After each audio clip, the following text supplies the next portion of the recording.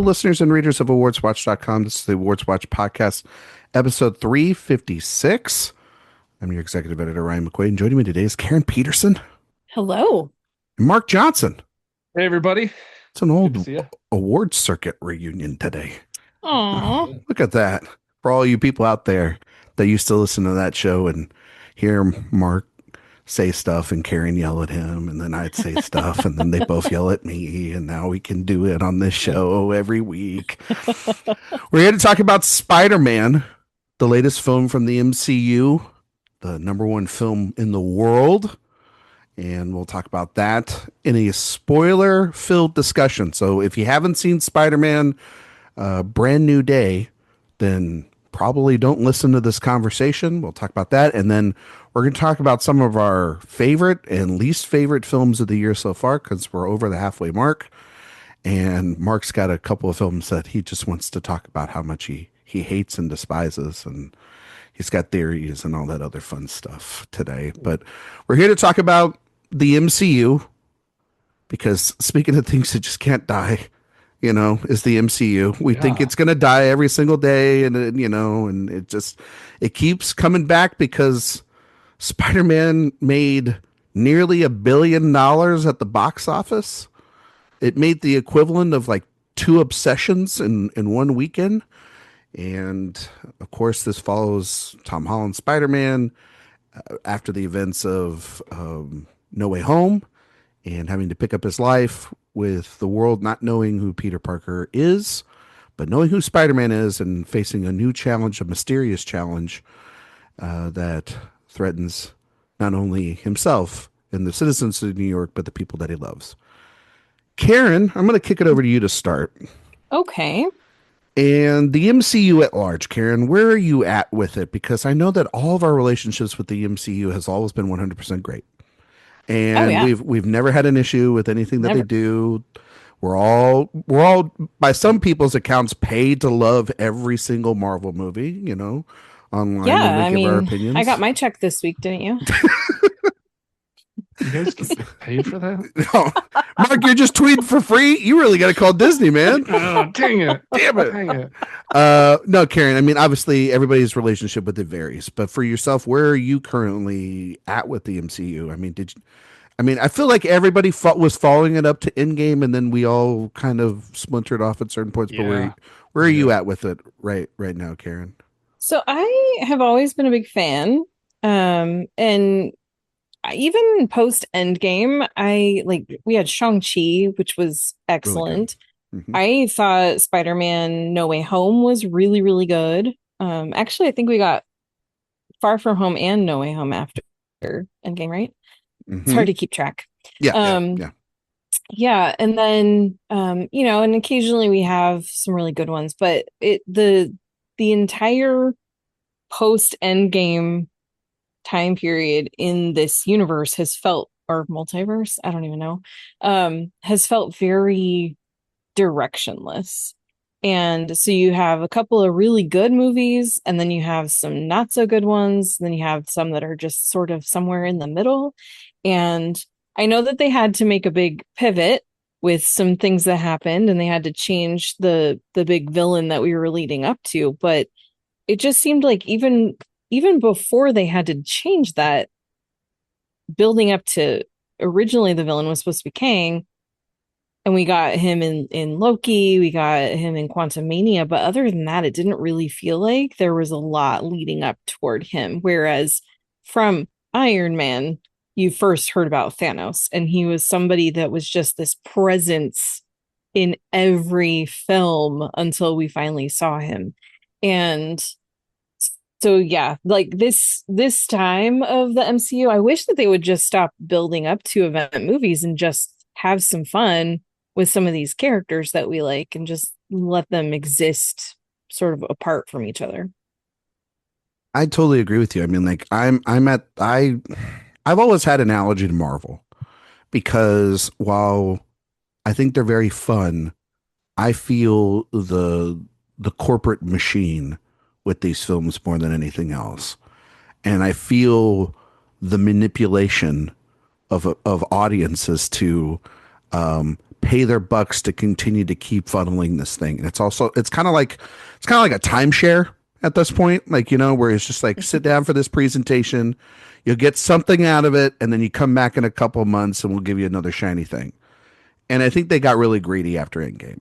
I think the television show things were a bad idea. Some of those TV shows were good, but it was the amount of television crossing over with 3 movies a year. And I think that there's also the fact that and this is not their fault, but the calamity going on at DC, and then you have this absolute like incohesion of a story, and no in game or in point or Infinity War in sight. It kind of just leaves it like, where are we going with any of this? And now we're on the heels of the first Avengers film in 7 years. And yet what we do know is that Spider-Man films make a crap ton of money. And people love Spider-Man. And so, Mark, I was going to ask you the same thing about your relationship with the MCU, but also, and Karen can answer this after you, but what do you think of Holland as Spider-Man? Because he seems to be the most popular thing that this franchise has, much like anytime somebody makes a Batman is the most popular thing on the other side of the coin. Yeah, if Marvel just focuses on Black Panther and Spider-Man stories, they're going to make a lot of money. Yeah, it's a lot of this, right? It's a lot of the other films, I think, that have really struggled post Endgame. Because there are the Spider-Man ones with Tom Holland are good. I just rewatched Homecoming. What's the other one? Far From Home and No Way Home. Far From Home was pretty rough. I'm actually impressed you remembered all those titles, to be fair. Yeah, those titles are a little confusing. I forgot how good Homecoming was. Homecoming is really, really good. And Michael Keaton as Vulture, I think is his name. That's a really good entry, I think. So yeah, I think there's a little overexposure with some of these side quests they've done, between whatever the hell the Eternals was, if we'll ever get more of that story or not. I loved Eternals. Yeah, me too. I liked Eternals. Yeah. But it seems like they're not going to do anything with it. We're just done. Well, they did in Captain America: Brave New World. That's true. And that was so bad. It was a terrible movie, but I was like, oh, we're finally acknowledging that the Eternals happened. The statue. Yeah. So yeah, I think I think it's been a little rough, and I think probably what you're leading to there. I think we kind of grew to love these characters. We also had, like Karen was saying about Thanos, with this building villain, and so the conclusion of that all was so great that it's kind of like I kind of almost wish they would have stopped there and done something different. But they're still fun, and the Spider-Man movies, they're pretty fun. That's one of the good things Marvel has going for it. Yeah, I think that this is, judging by a $927 million opening weekend, which is more than the box office run of the Odyssey by like $10 million, which tells you a lot. Like, everybody was talking about how the Odyssey is this great cinematic event, and Spider-Man just said, "Oh, hold my bureau." Exactly. and they did it without IMAX prices. That's the other thing that's super crazy about that is without any premium, screenings, large format screenings, they still were able to knock it out of the park. Not that, the Odyssey didn't have a really good third weekend, but in comparison to the second highest grossing film of all time at the box office is insane. But they clearly knew, based off of the trailer reactions and the likes and the views off of there, that this was going to be huge. But now there's the film itself, because this is the ultimate lead up into Avengers Doomsday. We'll have that come out later in the year, and I'm sure we're all just looking forward to that. But Karen, what is your thoughts on this film? Because this is a bit of a different film, I would say, for Spider-Man, for the MCU, that we've seen in a while, because it actually feels like it's continuing to look at some of the things that that they set up in No Way Home, which is that nobody knows who Peter Parker is. So what did you think of this film? Yeah, so First of all, I really do like Tom Holland as Spider-Man, and I like him as Peter Parker. I think that it's important to recognize those two sides of him. And I was really curious where they were going to go with Brand New Day. And even with the trailers giving away a lot of things, I still wasn't totally sure how they were going to handle some things. Well, one of the things that I really liked about it is the way that they deal with the passage of time. We do have a jump here. We move forward in time 4 years, and Peter is all alone. May is gone. She wouldn't remember him anyway, even if she had survived. And Ned and MJ are gone. Like, nobody knows who he is. Even the people that he talks to don't know his real identity. He's gone back to keeping that a secret. And he's watching his best friends live their lives through Instagram, which I thought that was such an interesting touch because, I have a lot of friends that I don't live near them, and that's kind of how we experience each other's lives too. We're watching their, our each other's Instagram stories and things, and that's how we keep up with what's happening with our friends. And so I liked the development of Peter's isolation and his loneliness. The rest of it I thought was just okay. I was actually a little bit disappointed by this movie because I felt like it introduced a lot of really good themes that then it just never gave time to explore. It felt like they tried to stuff so much in. Because then you have this character who is set up to be the villain, is definitely the antagonist, but isn't. And they're trying to make that reveal a big surprise instead of just engaging with, we're doing spoilers now, right? All spoilers. So this big villain that he's supposedly fighting is Jean Grey, played by Sadie Sink, whereas it turns out she's not the villain. And it's fine to make him think that she is at first, but I just felt like it would have been so much more interesting if they, instead of having him spend so much time on figuring out who she was, if he could spend a lot more time figuring out why she was doing the things that she was doing. And the two of them actually had a lot in common that they could have talked about or fought against each other. I don't know. Like, there's just other ways that they could have handled this story where it wouldn't have felt so bloated. And so overall, I felt like this could have been a good one. And it did a lot of things really well, but it just didn't quite get there for me. Yeah. Mark, what about you, man? I'm not too far off that. I do think it is bloated, has a little bit too long of a runtime, like a lot of the Marvel movies do. But I really, really loved, and I think Karen, liked this too, based on what I just heard, maybe. I really did like what they were doing with Ned and MJ and Peter. And the story behind, like, the reconnecting and the will she remember, won't she remember kind of thing. I also liked John Bernthal a lot as Punisher. I thought I'd caught up on everything Marvel. I didn't know there was a series for Punisher, and I don't know how I didn't know that, because he was like my second favorite growing up.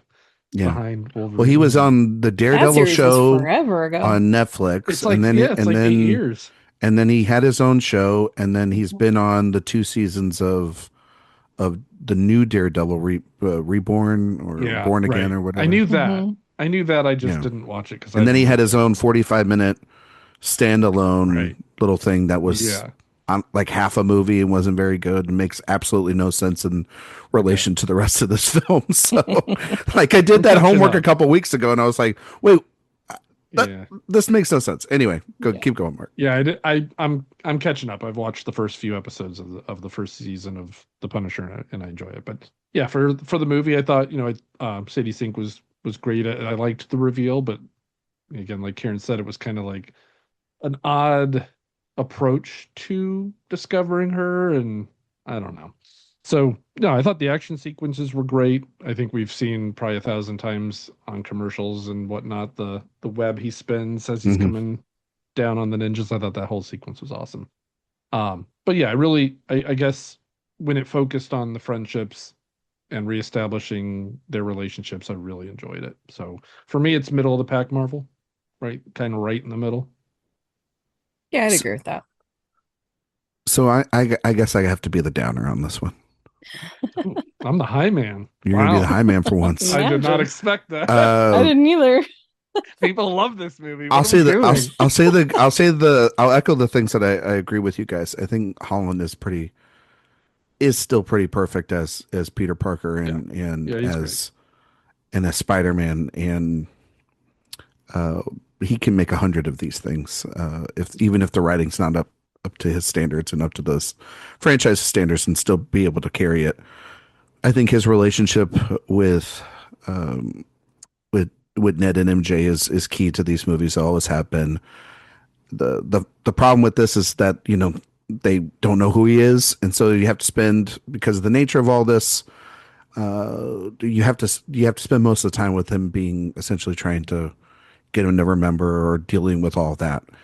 And for me, the reason why I like No Way Home, other than obviously all the it tying in the sort of culmination of the entirety that is Spider-Man on the big screen, is the consequence that of saving the world had an impact on Spider-Man, where they're not going to remember who he is, and even though he is Spider-Man and all those things still apply, no one knows that Peter Parker's identity, and nobody knows who he is. It's so key to all that as well, in those movies, and it's just erased. And I love that decision. I thought that was such for a franchise that doesn't like to be bold and likes to literally in one Avengers film snap half the universe gone, and in the next Avengers movie bring them all back. You know what I mean?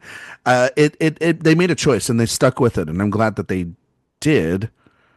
I will say that I still think the way they did it is kind of clunky, because then the movie doesn't want to focus on that enough, and actually have somebody dive into his identity and we see his impact of identity, but the world's impact on that still is, it's kind of back to just rebooting Spider-Man.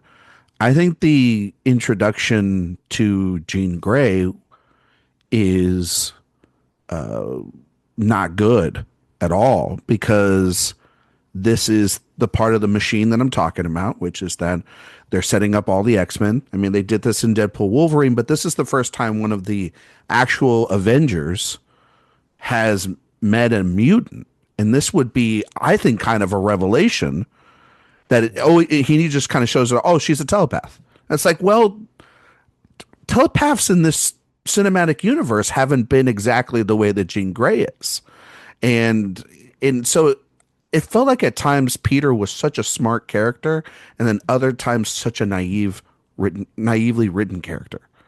And based off where we were going in the film, is how it's how like naive you think he is, as opposed to how smart he is. And it kind of is like the audience is like you're playing with the audience there a little bit. Like if little things like, okay, if you can find him at the apartment, and you probably know who this guy is, and you can get into his head, and you know who he works with, you probably find where Punisher's at. It's not like he's hiding that like crazy out there. So she could have probably jumped into MJ over there or whatever. Anyway, those are little things. But I just feel that the movie isn't focused enough, and it's the problem with all the MCU movies. They don't want to focus on Spider-Man. They want to focus on the MCU. They want to have Hulk. They want to Punisher. They want to have the X-Men. They want all these things. And while all that's being juggled over here's the interesting stuff. All the drama, all the intrigue, all the great things of what makes Spider-Man movies so great, which is like, this character is enough. Like the audience is kind of telling you that this character is enough by going to see it over these 20 years, and there's not been a dip in these movies. And I still feel that even though some of these emotional scenes are very good, and I think that Zendaya and Tom Holland carry these scenes for as long as they can, they're few and far in between. I still think very clunky action sequences. I still think the CGI is a mess. That's just a Marvel thing. That's not necessarily Dustin Daniel Cretton's fault. And so this is sadly the worst one for me of the Holland films, because I don't know. I've seen it twice and kind of admire it, but I don't know if I necessarily had fun. And I don't think this movie's supposed to be fun, but like, it's a Spider-Man movie. You're supposed to have a little bit of fun. And yeah, I couldn't connect with this one. Connect on the web on this one. Karen, you were gonna say something? Yeah, so the thing about the MCU Spider-Man films is that he's never really gotten to make one by himself Yeah. ever. Like Iron Man and Happy are in the first movie, and the second film he's got Nick Fury helping him out. Well, it Shield turns out and not to be, but yeah. you know, Um, but yeah, he's not doing any of that on his own. And then the third film, he I ends mean, up we know what teaming that up with is. Yeah. Doctor Strange and And all the Spider-Man. himself. Yeah. And I say that I've enjoyed them, but this is the thing is there was such a big deal at the end of No Way Home about him being alone. And now we catch up with him and nobody knows who he is, but he still doesn't do any of this alone. He's got his weird history with the Punisher. Who knows what happened on Staten Island? Um, and he's got this detective that he's in communication with, which is Liza Colonzes from The Bear. And I was like so excited when she showed up, but then she's basically relegated to be a replacement at May. And phone calls. And yeah, she's the mom on the phone worrying about him. She's the And plot filler.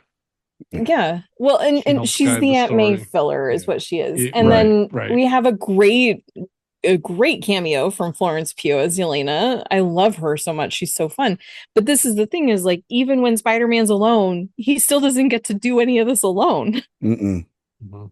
No. And I really liked John Bernthal in this. I thought he was a lot of fun, but it just was more of that reminder of like they've never let Spider-Man just have his own movie. They've let every other superhero Mhm. in this franchise, for the most part, be on their own. They Mhm. let Ant-Man be on his own more than Spider-Man. Like Mhm. that is it's to me it's a and you're right, Karen, they had such an opportunity to do it here because they reset everything. A reset that isolation should have, and the same catharsis could come at the end of the film where it's like you're not really alone, dude. Like you're alone because you don't have your girlfriend and your buddy anymore, but you have all these connections, and technically you're still an Avenger.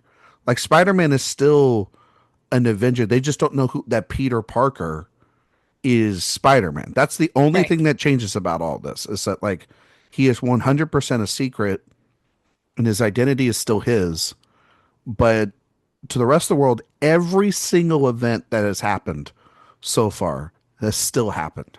Mhm. And I actually wish they would have explored that more. And I'm not saying then that by the end of this film, this needs to reverse the curse or get us back on track, because I kind of feel like they're going to do that in one of these Avengers films coming up.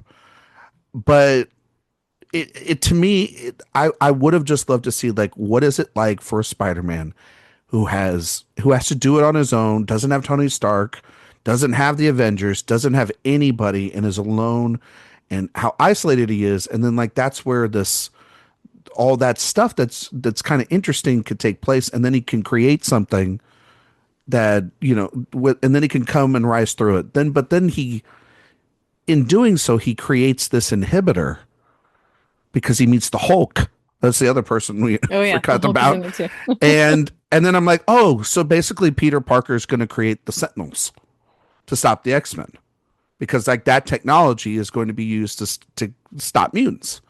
And I'm like, oh, great. So now I know how the sausage is being made for the 4 films to come. So it becomes frustrating because it's like, I think to the regular audience member, maybe they're not going to see it coming, but for somebody that can like actually, we're all pretty smart here. We all pay attention to these things. We've seen all these films for the most part. It's like you can't pull past this here. You're using Spider-Man to jump off another franchise, and you're losing sight of the fact that Spider-Man is a franchise. Like that's what's so great about the Into the Spider-Verse films. So they get to be Miles' story. They get to be you from beginning to end. That's why those movies are fantastic. The Maguire films hold up. Well, the first two, maybe not the third Mhm. one, but the first two hold up Third one. because they are singularly focused on him and his journey. And that's why Mhm. Spider-Man 2 is still probably is way. This is the other thing is this movie has so much DNA attached to Spider-Man 2 in the same storyline of like Peter being alone and discovering his powers and having to like balance his existential crisis. And that movie just does it way better. Like and visually is much better. And there's a villain that's actually very cool in Doc Ock as opposed to the will they won't they with Sadie Sink here.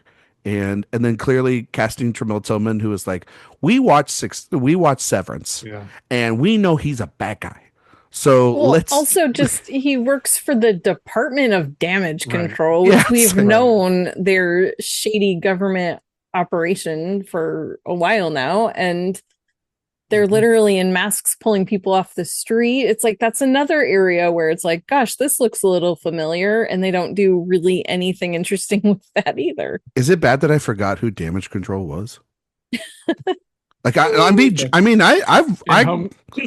think in It's Homecoming, not surprising. are they the people that Michael- take the all the Mm, Avengers Yeah. tech in the beginning of that? yeah. Yeah. Okay, because I was I like, can't believe who you is- forgot Tyne Daly. I would never forget Tyne Daly, but the organization she works for, absolutely. Actually, I was like, where's Tyne Daly? Why don't we just have her back in this film? Why do we have to have Tremel Tillman? Like, not that I don't want Tremel Tillman, but it's like clearly Tremel Tillman's the bad guy Yeah. here. Clearly he's Yeah. terrible. And there is, I will say there. I know I've kind of at least shit talked Jean Grey, but there is one thing with the Jean Grey thing that I actually think they do really well, and it is like this reveal of what VMAX is. Mhm. And I actually was like, oh, wow, that's dark and that's actually interesting. And because it's not some like thing that connects it. It's just that she saw that was the the vent that she was seeing as they were sucking her powers dry and her sister Yeah, was her dying. And I'm sister, like, yeah. wow, that's even dark for Marvel standards. That's pretty good. I also thought it was cool watching the way her power worked, where she was able to jump from Yeah. one body to the next. Yeah. I That thought was that cool. was actually very cool. Because she That hasn't was done cool. that yet on screen. I had not seen that before. No. Yeah, I had no idea that she was Jean Grey until they said that. I stayed away from spoilers, and I don't think I even saw a trailer for it. But I didn't recognize that as a power of Jean's. So when that happened, I looked at my son. I'm like, oh, she's a badass. But also it's I don't think he knew the X-Men much. But I mean, we all know that, and we all know Jean Grey, and it's like, well, she can be a good person, but she can also be the Phoenix.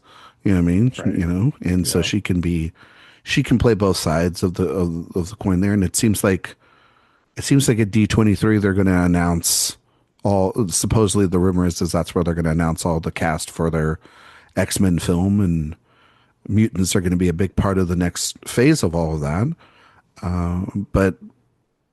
And I guess they were trying to, tie in a little bit of Spider-Man into all that. I don't know how that fits into the grand scheme of all this. I don't know. I will say though, well, I just will refresh our memories that the first time that we saw mutants in like X-Men mutants in this Marvel universe was actually in the end credits of the Marvels. That's right, because we saw Beast, right? Yeah. Mm-hmm. And was Grammar in our world, or did she get to another dimension on accident? She went to another dimension. So that's where she's at, and so that's where it's going to tie in. That was also kind of where they tied in the multiverse. Yeah. Okay. So, wow. I've honestly forgot about that too. Yeah. Because I really liked the Marvels, so I remember that one very well. Really? Well, yeah, and here's why. Because the Marvels was just fun. It wasn't necessarily like trying to pull everything together. I mean, it was a fun story that brought together three very different characters from very different worlds. Mhm. I mean, all the same world, but you know what I mean. And that had, these crossover powers, and it was just a fun movie. It wasn't trying to be like deep and serious, and it wasn't trying to build up to the next Avengers movie. It just got to exist, and that's what I wish more of phases 4 and 5 had been. Yeah, I totally agree with you. Just have more fun. Like that's why I like Shang-Chi, and I was like, why don't we have more of this? Because that movie's just fun. Like that movie is different, and I had fun with that as opposed to Quantumania, which was I did, terrible, and yeah, I some of these did other like things. the fact that even though, I mean, who knows if we're gonna get a sequel to Shang-Chi, but I like the fact that they still gave Destin Daniel Cretton an opportunity to direct another film. So he does this, he takes over from John Watts, who did the Yeah. first three films. And so, and I do think Cretton is a great director, and I do think that he does some really interesting things with this movie. It's just, most of the issue that I had was in the way that the script, uh, not even the script, because I do think that the dialogue is well written. I think a lot of it is good. It's more of the development of the story. I just think Mhm. that there are some missed opportunities in the storytelling. Hmm. Things that either they could have saved for a future project or just handled a little bit differently. Well, usually, like Jean Grey has her epiphanies. It's Charles Xavier's the one that's giving her the lesson there, and it's actually Peter Parker here. Mm-hmm. And using Aunt May's ghost to much like Peter had a catharsis with his uncle's ghost in Mm-hmm. Spider-Man 2. And I was just like, okay, but like we're gonna do this again down the road. I know for a fact we're gonna do this with the X-Men like 100 more times because that's what they the internal powers and what does it all mean, and maybe that's where she's driving off to, who knows, and in the bus at the end of the film. Yeah. For um sure. but and I don't know where they're gonna go off and do that. We'll know more of that casting and those decisions. I just was like, I had kind of forgot that Sadie Sink was potentially in this film and also going to be rumored as Jean Grey. So when that started popping up, and obviously there was the whole moving from body to body, which is a very interesting thing, and actually uh, I like the sequence where she's jumping to go get MJ and he's having to chase her around the city. It's like it's a really interesting like set piece of choreography there. And Yeah.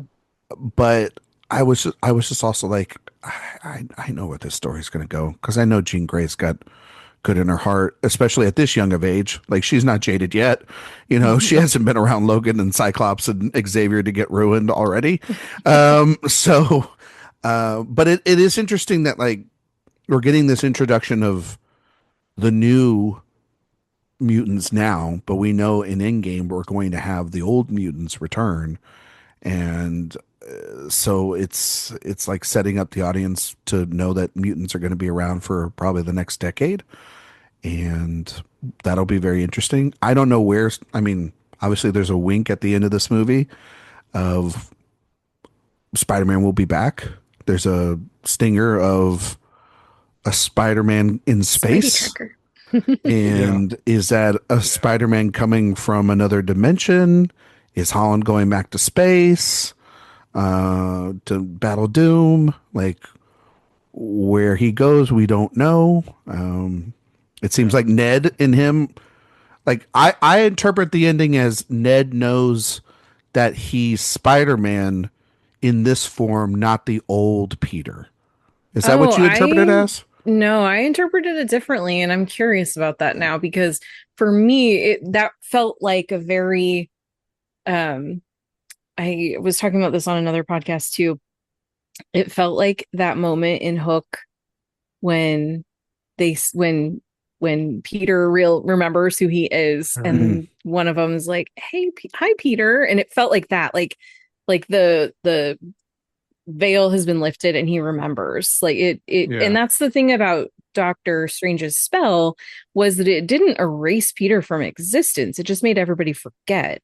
And Mhm. to me that's something that can, if your mind is just because you've forgotten doesn't mean it stays forgotten. So I think Mhm. that it's possible for people to remember who he is, and I think that's what we see with Ned. So you think like I Ned's forget. awakened? Yeah. Interesting. Interesting. See, I just took it as because MJ, when he's leaving to go save Jean from damage control, she says, Peter, be careful. And so I just assumed that that's Yeah. him putting together what she said there to him. That's what I assume. Now, I mean, I obviously Mm. think we're gonna See, I find don't that think out. I don't, MJ doesn't remember.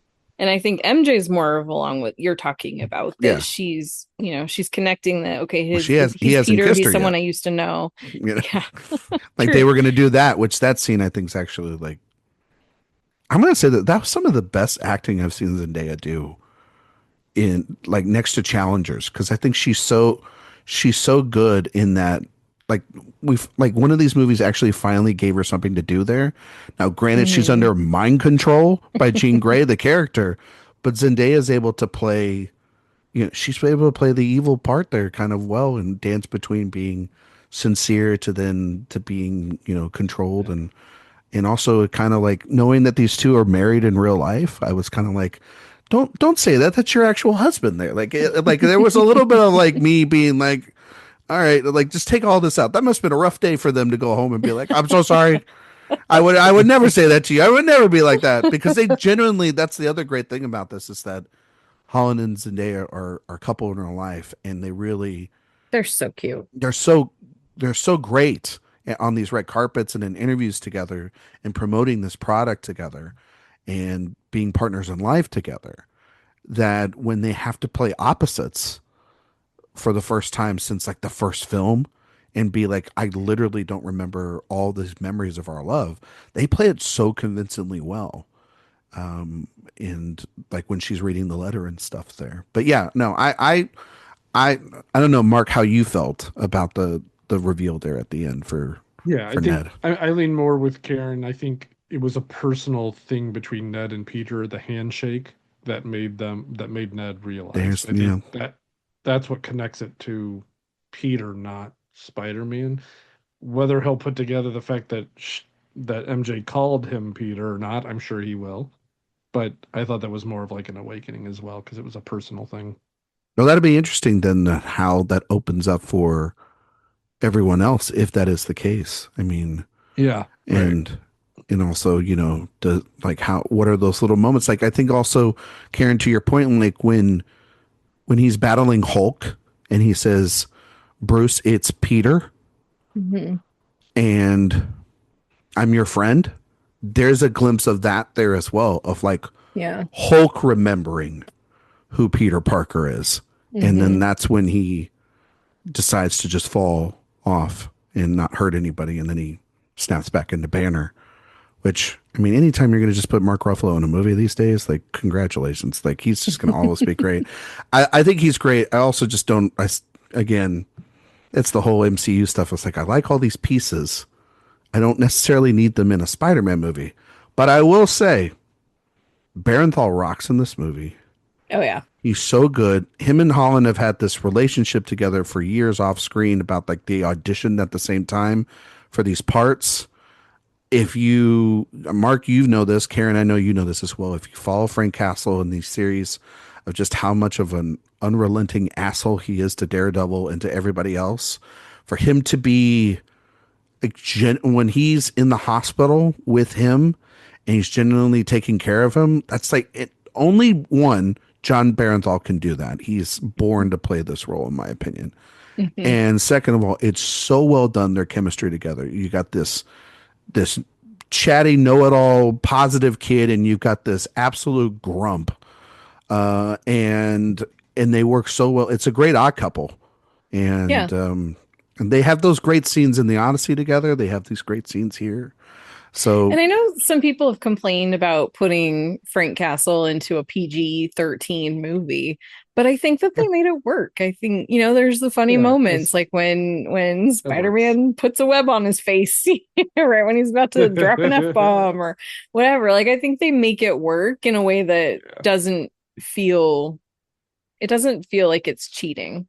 well, the opposite is that 45-minute movie that came out where it's like where Frank kills like 80 people and it's just the most grotesque thing you're ever going to see Marvel do in their life. Like it's so you had to balance it out on the Hmm. scales, I think, a little bit.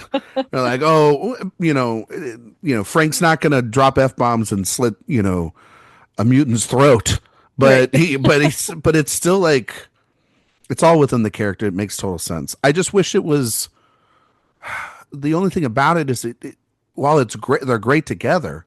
It doesn't make any damn sense why he's in the film. It doesn't, Correct. because of the fact that like we haven't seen them here before. They've never interacted before. Why? When did they develop this relationship? Karen, you mentioned the Long Island thing, like, or Staten Island thing. What's that? I'd like to know what that is. Like, you know, I think it's kind of fun that we was a don't know. reference.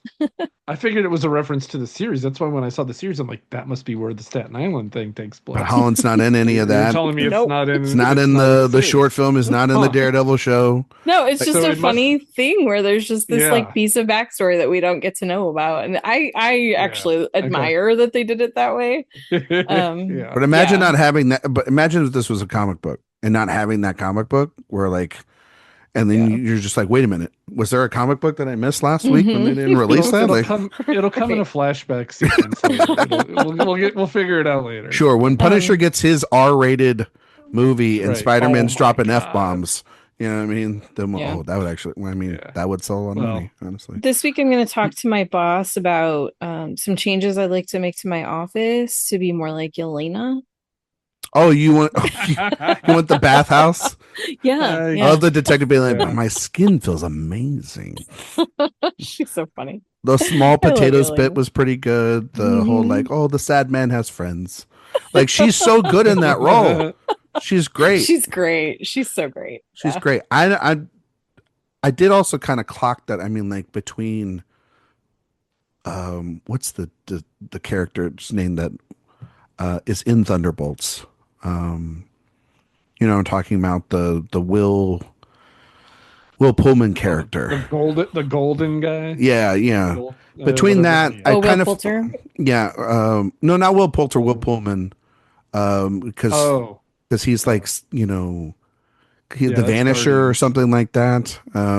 Anyway, like that was kind of like a little bit of a hint at this storyline as well, of how, you know, wouldn't necessarily call him a mutant, but definitely about characters that are going to have larger implications going forward. And I feel like he's going to have larger implications going forward. I feel like obviously the mutants will, the Fantastic Four. So Marvel has sort of hinted at that these sort of complicated characters, like Reed Richards, who's definitely a complicated character because of his relationship with Doctor Doom, are going to play a significant factor in Avengers Doomsday.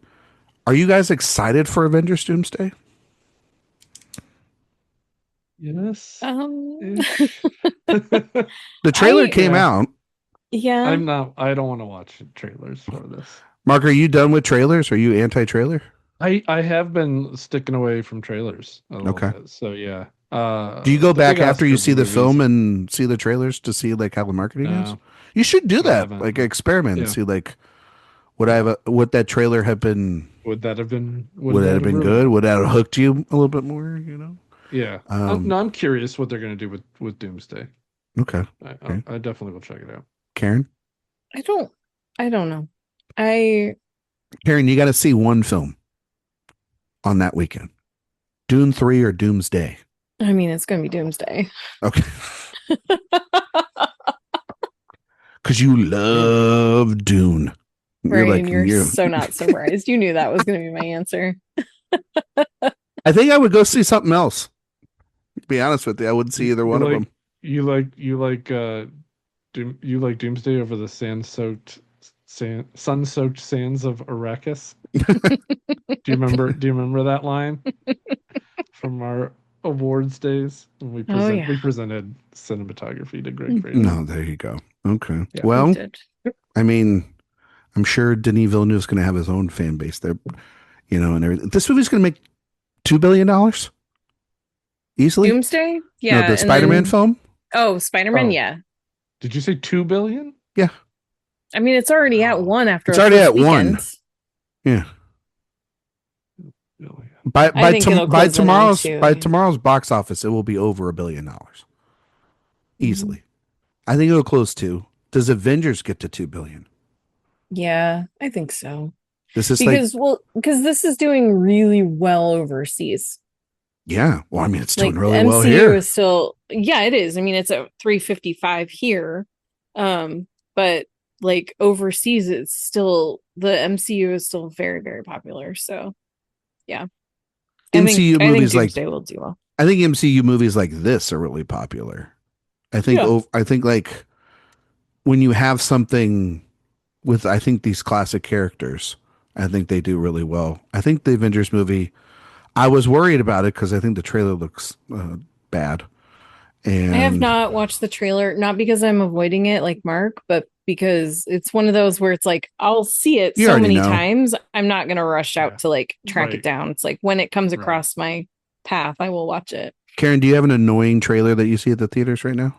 Oh my gosh. I feel like I haven't actually spent that much time at the theater in the last couple weeks, at least Yeah. not seeing movies Mark, with do you have one? trailers. So. No, because everything I think I've seen recently has been an advanced screening, and there's no trailers in front I'm of getting us. Yeah. tired of one trailer, Which one?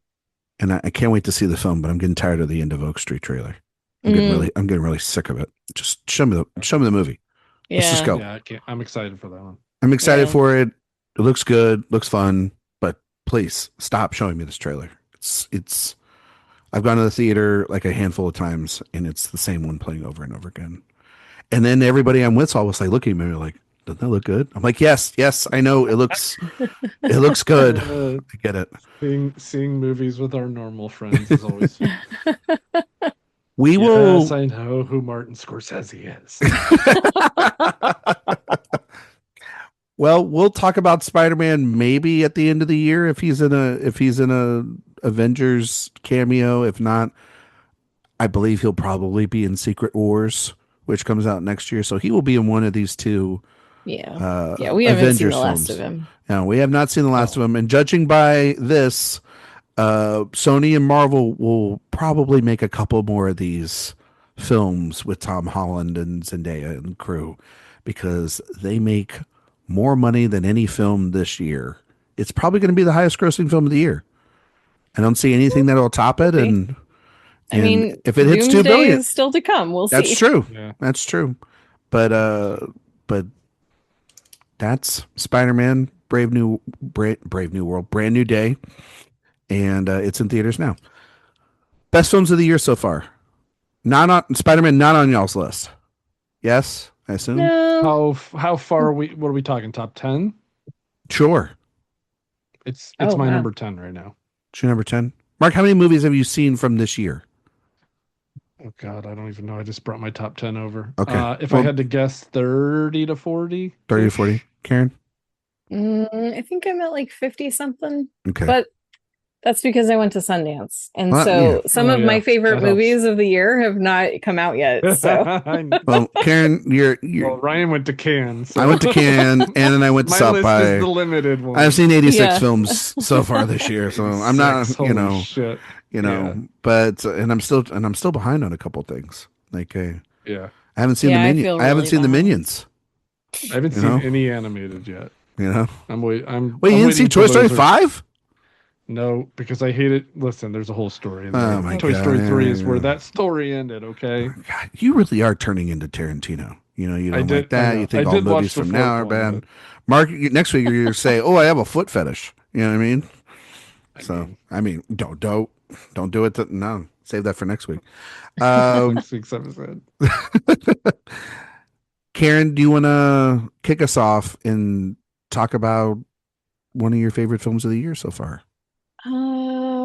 Man, where do I start? I'm just gonna start right with my very favorite film Do it. of 2026, and we'll see if that changes. But that's The Invite from Olivia Wilde. I got to see this in Sundance, and I saw it again when it came out a few weeks ago, and it really did. Sometimes you're not sure if that festival bias hype. is, if that's Oh, yeah. like coloring your perspective, but it really was just this crisp, rich dialogue and just these four characters who play against each other so well. If there's a movie in my lifetime that has deserved 4 acting nominations in the 4 categories, it is The Invite.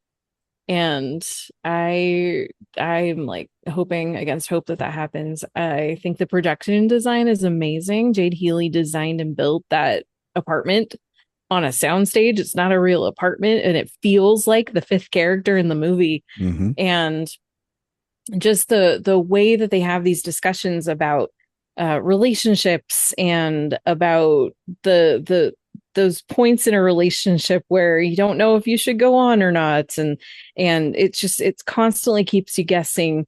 And even the second time watching it, like 6 months later, there were things that I had forgotten about, so it was still surprising, and it still felt fresh and really just beautiful. I love this movie. I love it too. It's it's in my top 3 of the films that have released so far. It's in my top 10 overall from films that I've seen this year. I think it's her most personal work to date. I really felt, even though Will McCormick and Rashida Jones wrote the script, I felt a lot of Olivia Wilde inside of it. Obviously, it's well documented, her, public divorce and her relationships with Harry Styles and all that drama that happened with Don't Worry, Darling.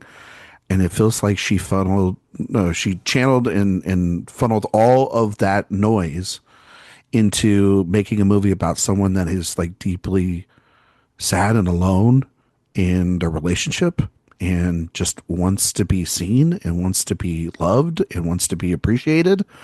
And I think that she also delivers a fantastic performance. I'm usually very anti-Rogan right now because I just find him fucking annoying, but he's really good in this movie. But the obvious MVPs for me are maybe the hottest couple in film this year, which is Edward Norton and Penelope Cruz. Like just acting their tails off and reminding us all why they are 2 of the best actors on the planet, especially Cruz, who I just think is it's going to be her year. Spain won the World Cup on cinema. Penelope Cruz is going to win our hearts again. It's funny because I used to not be a big fan of hers, and I've never really known why. There was just something about her that I just didn't. I don't know. No, it wasn't because of that. I didn't like her before. Oh, are you a big Javier Bardem person? No, Tom Cruise. Oh, Tom Cruise. When they dated like forever ago. No, I didn't like her before that. I don't know. Something about her always bothered me. And then like my opinion never changed in the last couple of years, but it was when I saw this movie at the beginning of the year, I was like, how did I ever not like you? Like she's so magnificent. She's sexy. She's funny. She's brilliant. And this to me is one of her most engaging performances. She's an all-time important person, Karen, is what you're trying to say. Oh, yes. Yeah. Yes. That's all you got to say on that. Mark, give me a film that you liked. So my list so far is, when I look over it, it is very clear that I am a dad. It is very. You're growing your hair out too. You got a beard. Yeah, you're wearing a baseball hat. We're in full swing here. My late 40s. You buying a sports car next week?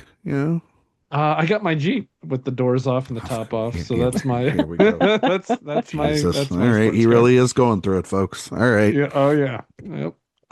So I'm gonna mention probably the daddest movie of all these dad movies because I don't think anyone else will, but I really liked it, and I know critically I don't think it did so well, and it kind of came and went, but I really loved Pressure. I thought Andrew Scott. Adam Scott. Andrew Scott. No, I get my. No, Andrew Scott. No, Andrew Scott. Adam Scott's Hokum.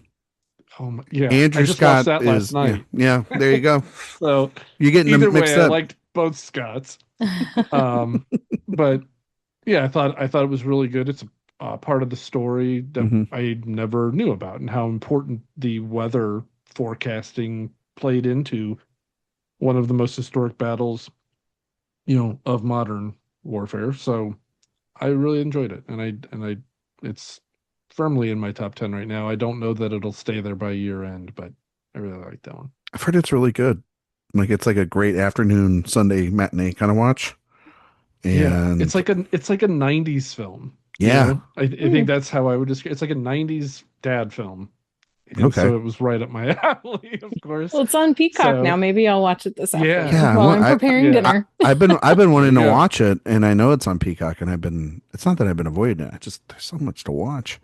I just know, and I know it's there, so it's not going anywhere because it's Focus Features. So it's not going anywhere.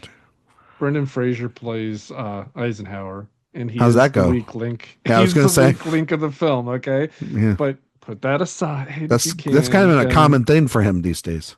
It really is, unfortunately. He's fine, I thought, in it, but he was the weak link. It's more about the story, I think, is what I really enjoyed, and Scott's performance. Man, I'm really scared about that Mummy 4. Because, like, if he can't get the acting chops of, Rachel Weisz is just going to act circles around him. Yeah. She already did, but still. Yeah, I was going to say. If you guys haven't rewatched The Mummy, by the way, I 1999. haven't in a while. Fantastic. HBO Max. So good. Really rules. No, Mark? It's fun. It's fun.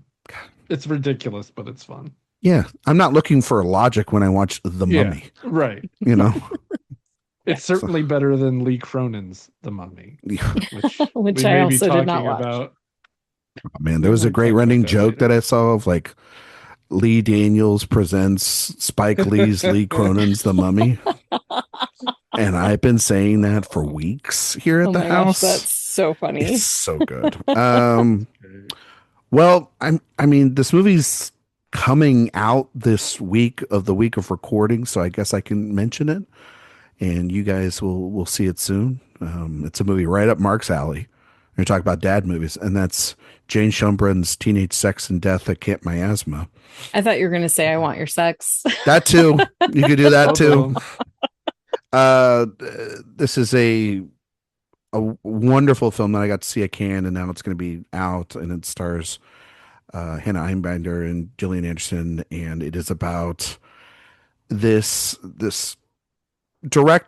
young director who's sort of hired to resurrect a 80s slasher film franchise, and she goes to visit the original star of the final girl of that project, played by Anderson, and she lives at the old film set camp in which the film is set, and it is a movie that is about, if you saw I Saw the TV Glow and Schumbrun's other work, you know that this is more than just about a slasher film. This is going to be about sexual identity, queer identity,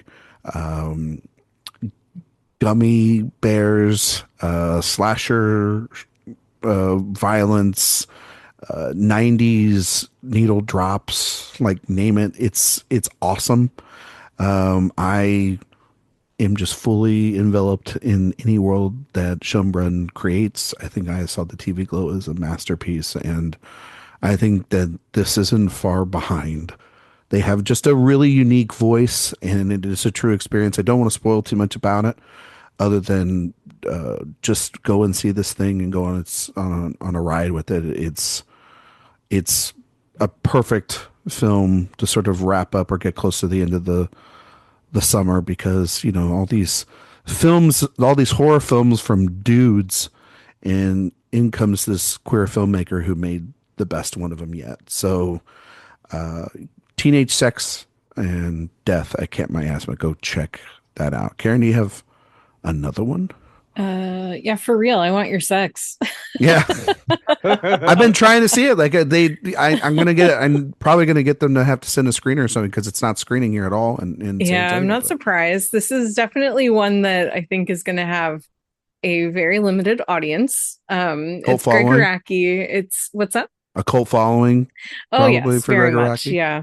But if you really want to, like, if you don't believe in Olivia Wilde as an actress, or you think she's just fine, I think do a double feature of I Want Your Sex and then The Invite. She could not play two more completely different characters in these two films. And it really does show this incredible range that she has.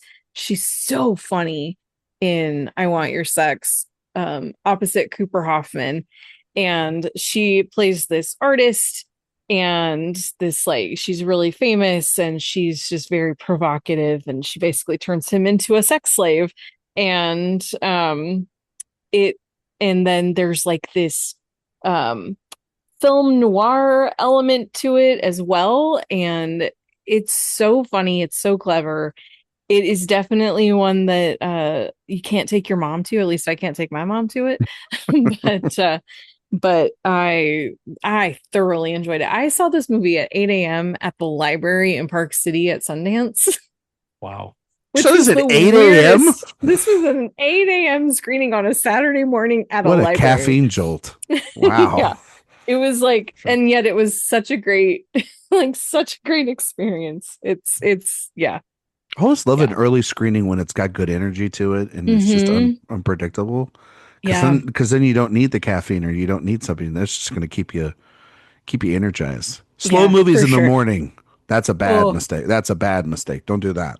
yeah. I'm sure Yeah. she keeps the blood flowing. It's all good. Mark, next one. Hey, real quick, if you want a triple feature to pair with the two that Kieran's mentioning, do you guys remember the series The Black Donnellys? Does anybody remember that? Yes, I didn't watch it though. Oh No, my I God, didn't it watch it. was so It's on good. And NBC. Yeah. yeah, I think Yeah. so. And she had a smaller kind of role in it, but it was the first time I'd ever seen her. And she was so not just beautiful, but like very fun to watch. Like she was, She just had an energy to her. I always liked her because of that show. But I discovered her on House like everybody else. Like, I Didn't never watch watched House. House. you didn't watch House? Yeah. No. Everybody at where I work says that I remind them of House because I'm kind of Because you're a crotchety I could see that. son of a Yeah. bitch. Yeah. So I probably should go. You don't back have and a watch limp. it, But are you No. addicted to pills? but Like, I can you solve weekly medical mysteries? I like. I mean, yeah, I'll do Maybe love the so. Mark mysteries. gummies are Speaking- not addictive, don't worry. Okay, good. Speaking of mysteries, though, the movie I will mention is a little bit of a mystery player, and you guys may laugh at me, but I really loved The Sheep Detectives. Hell I yeah. thought it haven't was watched so that yet. much- I need to. Oh, Hell yes, Karen, Mark. I think you will like it. I think I will The too. movie is so good.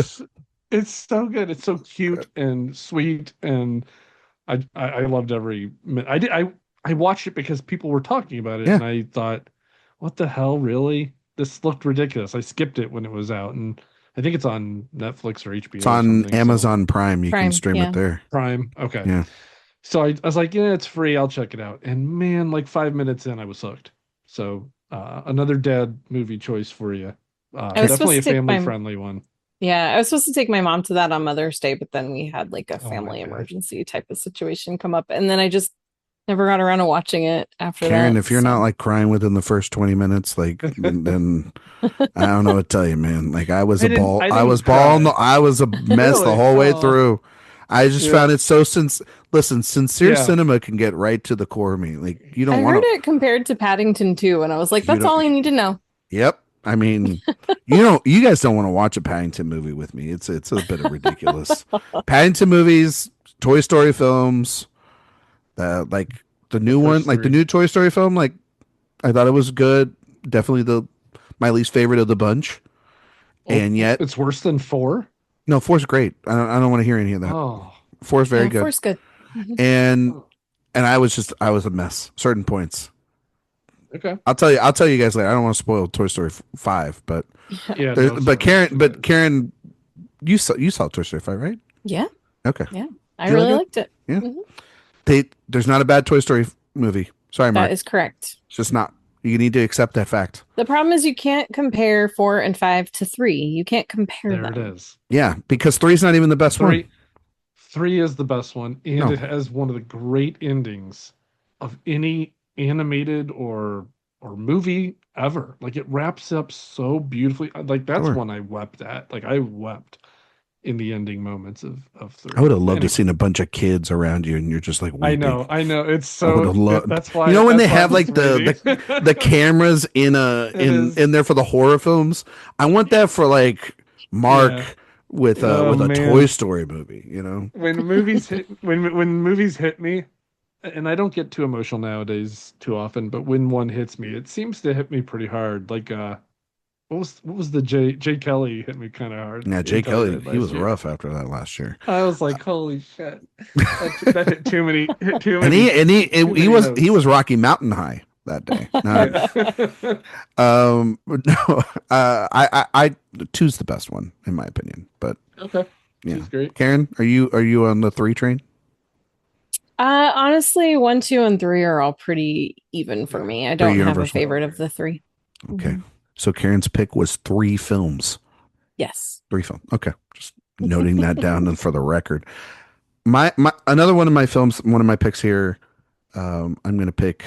I think Mark didn't like this movie. Maybe I don't know. But I love the films of David Lowery, and I think Mother Mary Oh boy. is fantastic, and which is about this iconic pop Yeah. star who has an estranged relationship with her former costume designer, played by Michaela Cole, and it's Anne Hathaway as the pop star, and it's this two-hander that's a ghost story wrapped in a relationship drama, wrapped in a pop star musical. And Lowry's just one of the best. I love him. I think he's one of our best filmmakers that we have in the modern era, and he never makes the same movie twice. And this movie is just got absolute banger of original songs, and the costume design's great. And much like how you were mentioning, Karen, with Jade Halley, who's his previous production designer, he's mostly working on stages in this film, and his camera techniques with those, like there's a sort of a dream sequence with Anne Hathaway that takes place in an apartment. That's all done on these sound stages, and they're finding, have to replicate hotel rooms and everything. And when I talked with Lowry, he was just he was just like, I just want to make a movie about pop stars. And then this is what came out. And I found it very haunting and a very interesting film about the relationship we have with the people that make the art and the people that perform the art. And so, it's Anne Hathaway's year so far, and it will continue to be. And I think that she's phenomenal in this. I think she's great in Devil Wears Prada too. I think she's very good in The Odyssey. But if I had to pick a Anne Hathaway film from this year, it would be Mother Mary. So, and I don't know if I think you can rent it. So, Do you have a favorite David Lowery film? oh, I He's would, he's been really hard. He's been tough for me. I would say the most rewatchable film of his is The Old Man and the Gun. Yeah, that's I my might favorite. say his best film is probably, oh, that's tough. Because I love A Ghost Story, but I think The Green Knight's pretty great. The, I'd probably, the Green Knight. Yeah, those are the two that I like of his, The Old Man, the Gun, and Green Knight. I've really struggled with most of the other but I ones. love Pete's Dragon. Oh, but you I love wish ghost I wish I stories did. so much. I know the pie scene. Oh my That's your God. It was like favorite. 10 minutes of I watching her love eat it. a pie. And I'm like, what are we fucking I doing here? actually love that Anyway, movie. I think I it's love brilliant. it. I know Thank you, Karen. almost everybody loves that movie. Karen, do you like I'm Lowry? usually the Oh yeah. minority. Yeah. Yeah. Okay. Did you like Green Knight? I did. Yeah. It's a good movie. It's Yeah. so good. So good. It's also really hard for me not to like a Dev Patel movie. So I mean, when he's looking like that. Mhm. I, Yeah, did you like Mother Mary? Did you see it? I did not see it yet. Okay. I have Rent not it. seen Tell me it, what you think. so I It's a will. really good Yeah, one. Karen, you got another I one? will. Well, yeah, let's stay on the Mary train. Project Hail Mary. Yay. Heck yeah. I mean, come on. That is one of the movies of the year, I think. Yeah. And Ryan Gosling, he's always been a really talented guy, but anytime you get to see an actor carry a film, so much of it by themselves, and I know Mhm. that he doesn't spend the whole movie by himself, and what they do with the puppeteering with Rocky is incredible. And then there's also the flashback scenes where you're learning more about why he's there. But we do get to spend large amounts of time with Ryan Gosling by himself, reacting to the things around him, reacting to the catastrophe that he's in the middle of without understanding where he is or why he's there, and trying to figure that out. And I think he just does such an incredible job. And then when you add in the other elements, um, the performance of Rocky, both the puppeteering of it and the voice work, is just, it's so great. Like he feels like such a real person, like a real character. And then the way that they brought the book to the screen and cut out some of the things that kind of made the book a little bit not always the easiest to get through, but really focused on what was most important in that story, at least cinematically, which is the relationships. And I think that they just did such a great job of adapting that. And then it just looks really good. It feels so at times claustrophobic and at times so big. And I just think that that's such a really delicate balance to pull off. And I loved it. It's a good film. It's a good film. I got a little bit lower than a lot of other films, but it's still one that was better on the rewatch for me. And I agree with you, Karen, like that core relationship, once we get there, that's when the movie really gets to hum. I got a little bit of issues with sort of the editing back and forth to from those great highs of those moments back to the stuff of like Sandra Hüller towards the later part of the film. But other than that, it's like what a just an absolute fun, entertaining film for the whole family. Would you say? Like I would Oh say so. yeah. Yeah, Yeah. Yeah. Have you Yeah. read the book? I have not read the book. It was the one that I didn't get to read Okay. because I read The Martian and and I have it and I really want to because I heard there's differences, right? Like Oh yeah. Goddard made There some are. key differences. Well, yes and no. I think the main story points are pretty much the same. Hmm. But the reason I brought up the book is because I think some of that kind of jarring back and forth actually I think translates really well from the book because Okay. they're just these memories that kind of come out of nowhere for him. Mm. And so it felt like, oh yeah, this is actually it felt like how it was written. So I Okay. actually liked that. Okay. All right. Project Hail Mary, one of the biggest films of the year. Yeah. You can go rent it right now. Mark, you got another film? Yeah, Project Hail Mary is probably my 1B to my 1A. So since we mentioned that one, I'll go with The Odyssey, which I don't love the way I've loved Nolan movies, but I really like it. I think it's ambitious and it's very well done and acted, other than maybe one person. You gonna say Tom But I Holland? really, yeah, I'm gonna say Tom That's Holland, fine. unfortunately. You can say Everyone it. else, We're everyone else I among thought was friends. fine. No one's gonna hurt you. Yeah, You know. yeah. And while I have minimal complaints about the casting because I'm Greek and there aren't very many Greeks in it, Here we go. yeah, sorry. I Here we don't, go. I don't have any major complaints about the casting. I guess I just was a little disappointed with some of it. You But don't have like everybody does a good job. you don't have like MAGA thoughts on it, right? That's what you're saying. I don't think so, but I'm probably more in that camp with this than not. Okay. I just think I think it's unfortunate Okay. that Some of the that casting. that it couldn't have been a little closer to Greek Okay. because, again, I'm Greek and I wanted to see something. This is the movie that I've been waiting my whole life to see, basically. It's my favorite story when I was a kid and we read it in school. I've loved it since then. I bought it so I could reread it, but I haven't done that yet. Okay. I love Nolan. I love all the actors in it. I think it's beautifully shot. I think the sound was terrific. Seeing it in 70 millimeter IMAX was a treat. So yeah, I don't. Again, the casting, but like I thought Elliot Page. Mm-hmm. I thought he did. I thought his small scene was tremendous. So I'm less. That's not at all an issue Yeah, I for know. me. I But gotcha. I was mostly joking. You don't have to dig yourself into a hole. Yeah, I'll- let's I'll not. di- Yeah, let's not go there. I don't mind it. I don't I don't mind need it Mark's that way, thoughts but on no, Helena it's- Troy. You yeah. know, Who on would this- you have rather had Um, cast as Odysseus than Matt Damon? I think Matt Damon's fine too because Greeks in that time were very fair. They were from- I was trying to the help Greek you out, the man, Greeks but actually okay. sailed to Boston. I don't know if you know. Yeah, they sailed to Boston. No, blonde hair, blue eyes. A fucking Greek that, over that here. whole area. You know. So, yeah. Anyway, Karen, that's my number one of the year right now. Karen, So. did you like the Odyssey? Well, You can say if you don't. I did actually. Oh, okay. I just wanted to make it like suspenseful.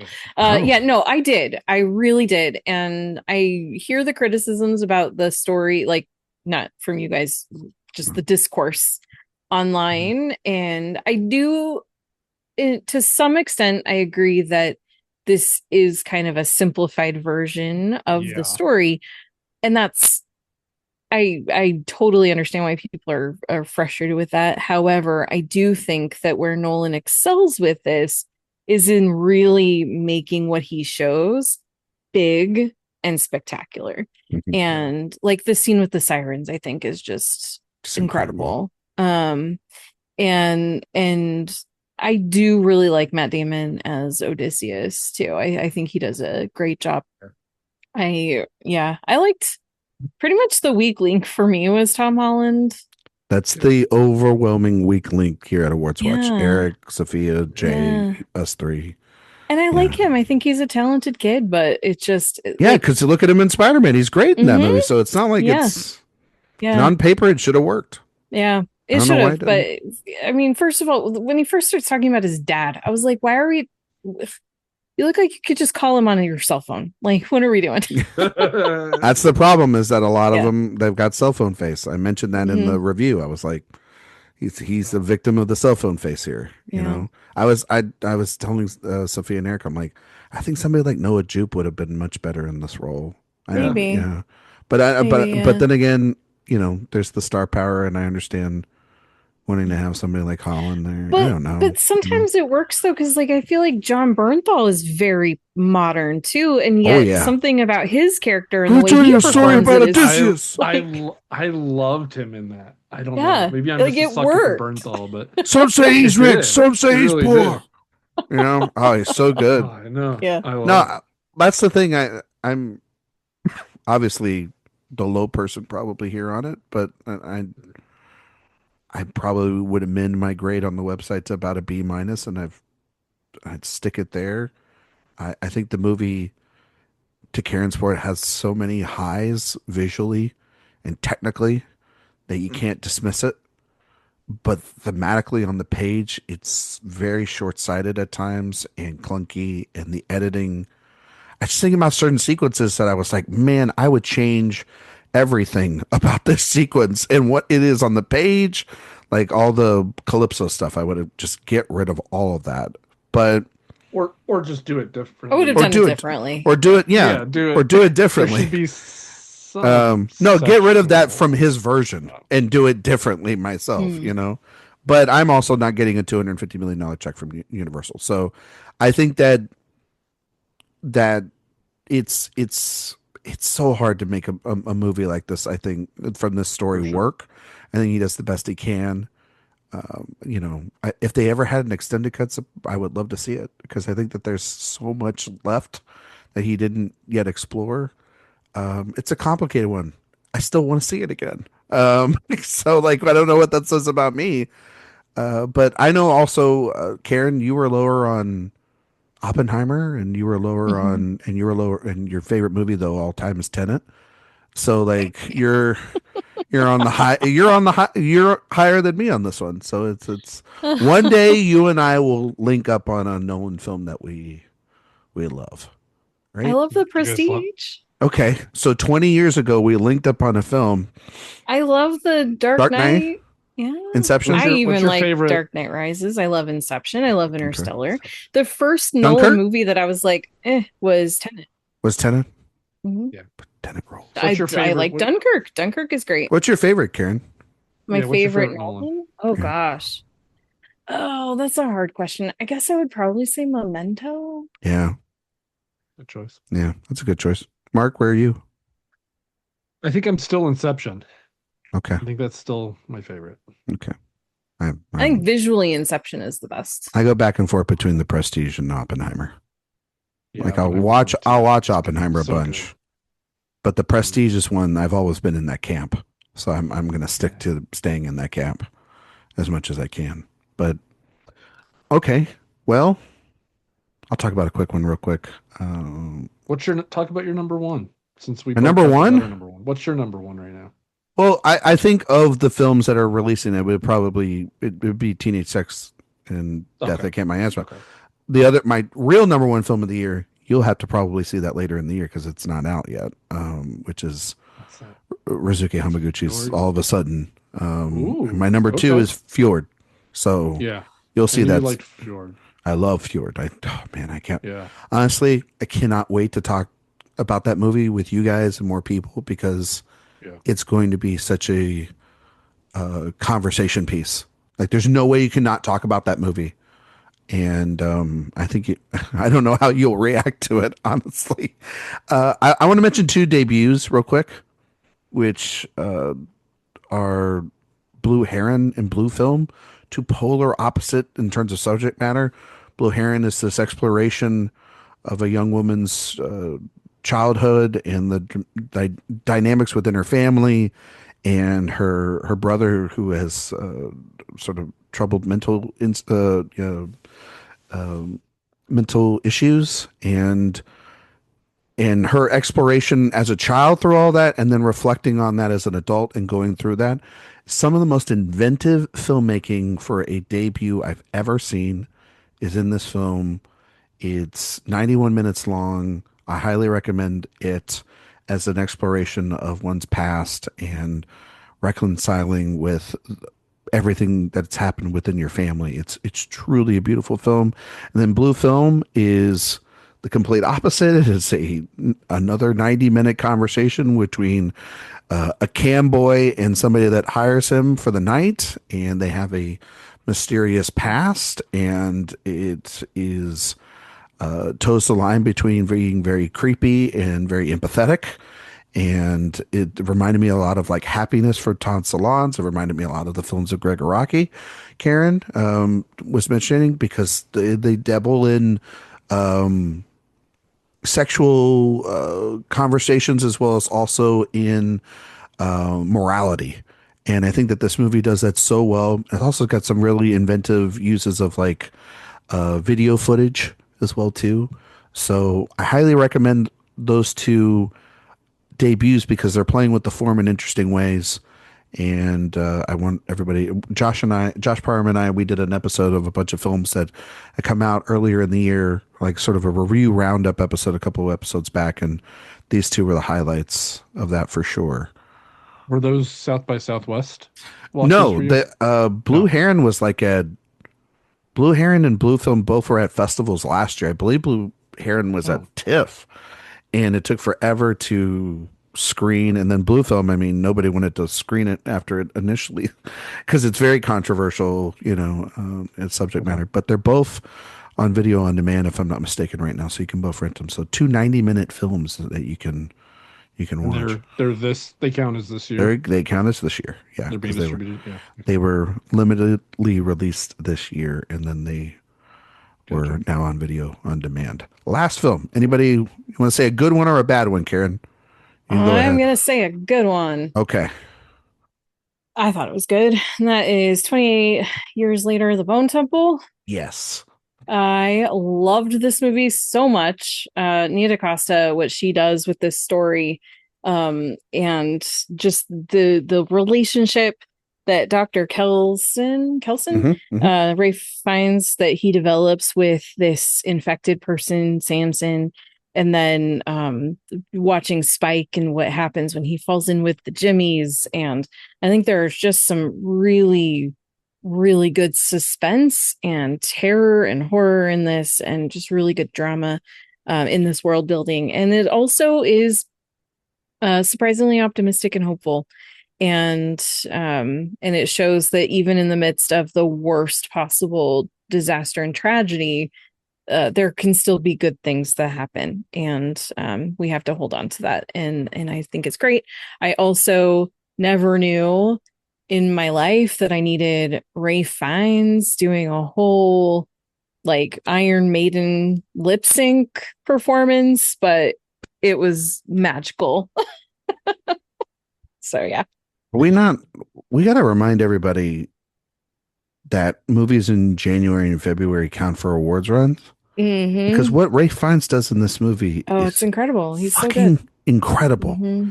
I got to see this at the end of December. They screened it very early for us in Austin. Wow. And Nice. I remember watching that sequence with the fire and the sacrifice and all that. And my mouth was on the floor. I was like, if this movie came out it last year, it would have made the top 10. That's how good this was.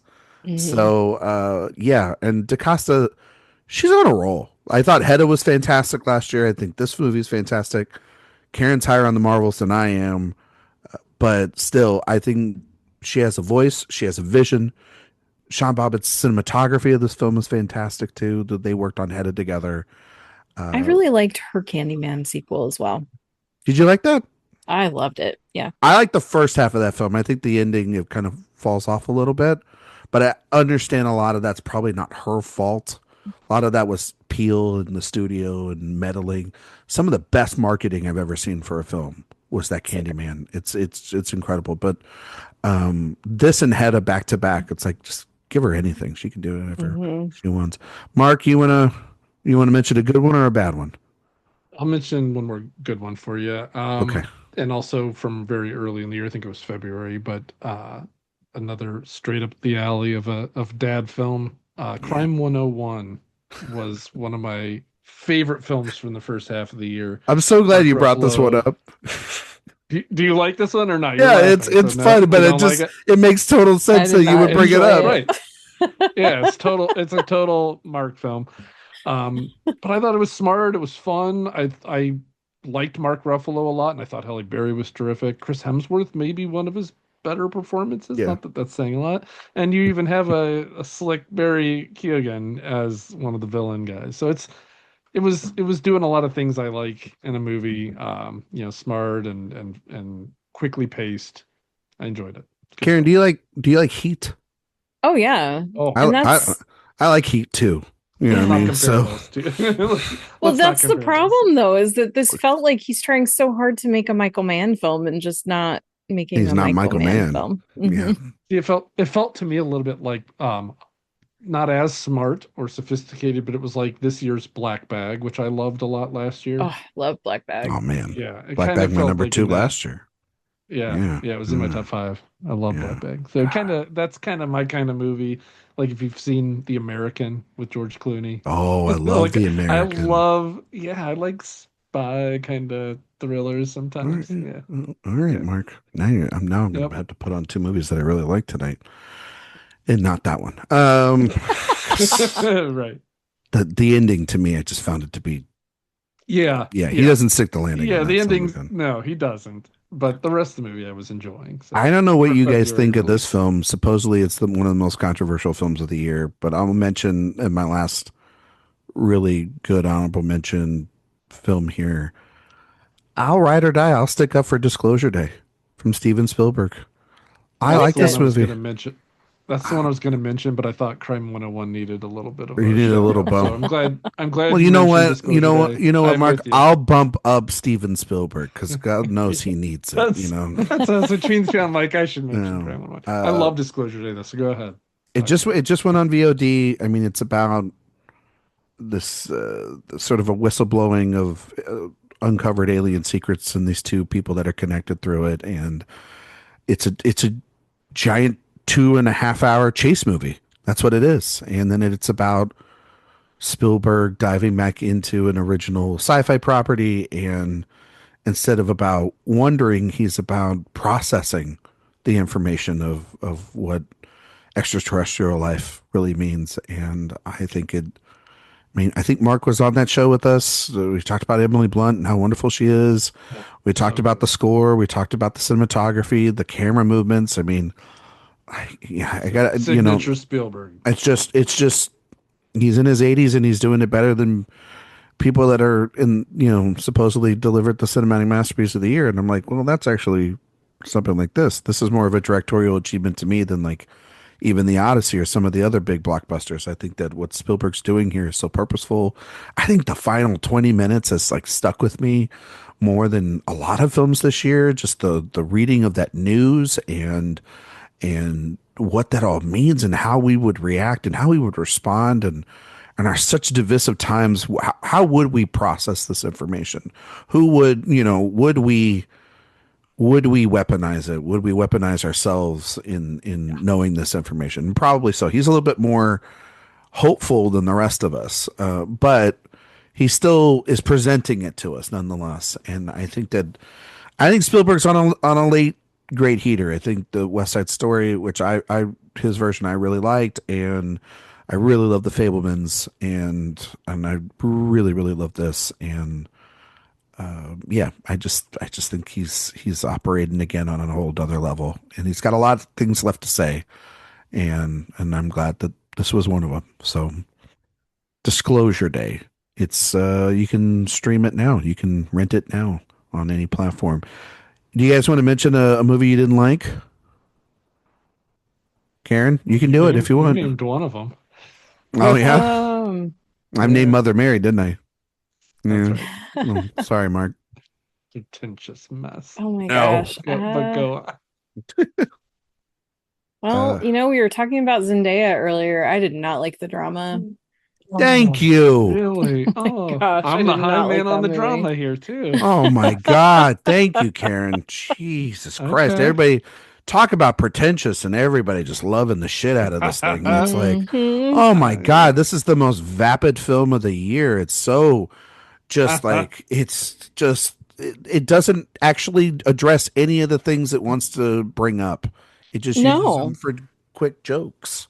Yeah. And it doesn't, I mean, you've got some very hypocritical characters running around, and it's like that never gets addressed. And just the relationship between the two, it's like it started off based on a lie, which was a cute lie, but it's like, and then I don't know, just their dynamic just doesn't make any sense to me. And then they have this whole extra piece of where she's like, she went deaf because of this in one ear because of this accident that happened when she was a kid, and it actually apparently like causes a lot of problems for her, but like it just felt really clumsily handled, and yeah, It's too I many did hats not on. enjoy it. Too many Mhm. hats going on. Yeah. Yeah. It felt like the complaints that Martin McDonough got about Three Billboards. Yeah, yeah. That's what I totally felt here. Where it's That's just the like, thing. It's like you've got this, it's a Norwegian director, and it felt like, what is the worst possible thing some kid could have wanted to do in high school? And that's what he goes with. But it's like, first of all, she didn't even do it. So it's like she's not confessing the worst thing she ever did. She's confessing the worst thing she ever thought about doing. Mhm. And it just feels so ridiculous What and over Alana the Haim did top. was worse. Way Yeah. worse. And the Way movie doesn't worse. want to address that. She's acting like the victim the whole time. And I get that Yeah. that's sort of part of it, but that it's also It's like, like the point, but I just don't think that I don't think that it was handled well. That's what I'm saying. Like the yeah, hypocrisy, like I do think that that is the point, but I don't think that it's done in a very good way. I agree. I agree. Mark? Well, we already mentioned Lee Cronin's The Mummy and Mother Mary, so the trifecta is completed by mentioning Wuthering Heights, which is maybe the most Oh, disappointing movie of the I year really for me. liked Wuthering Heights. Oh no. Okay. I like everything Emerald's done prior to that, I think. yeah. And I love You love the Lordy and bathwater. Robbie. I You love love Bathwater. Saltburn. I love Saltburn. Yeah, the movie is very good. But this one, Wuthering Heights, was so brutally bad for me. I had such a hard time with it. So that's my trifecta of movies I've really disliked this year.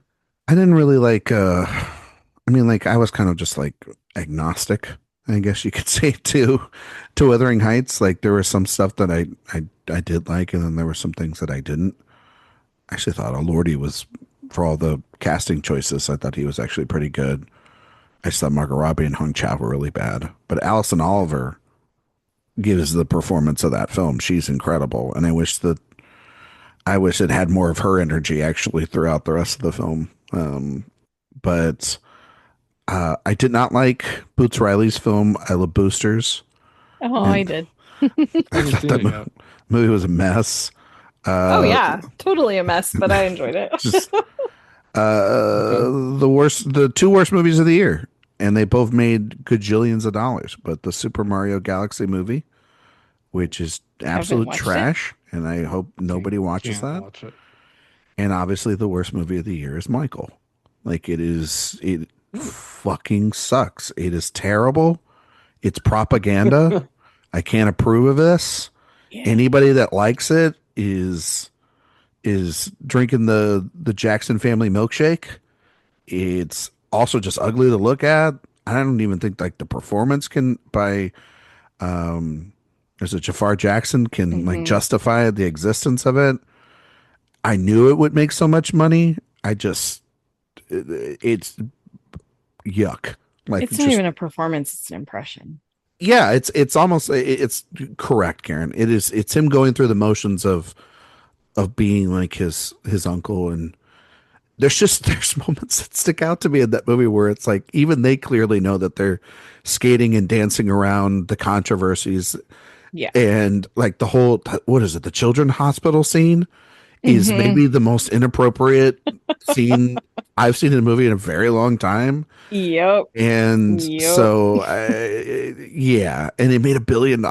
Like that's so fucking crazy that So many people in my life, my non-movie life, they like, love oh it. my gosh, Michael, I love this movie. It's so great. And I'm just like, Yeah. okay. You've been pilled, man. Like you've been pilled, but um, yeah, I that's those are easily the worst films. I mean, there's a couple others, but they're not out yet. Also, I thought The Mandalorian and Grogu was terrible. So, I thought it I've was seen that either. adorable.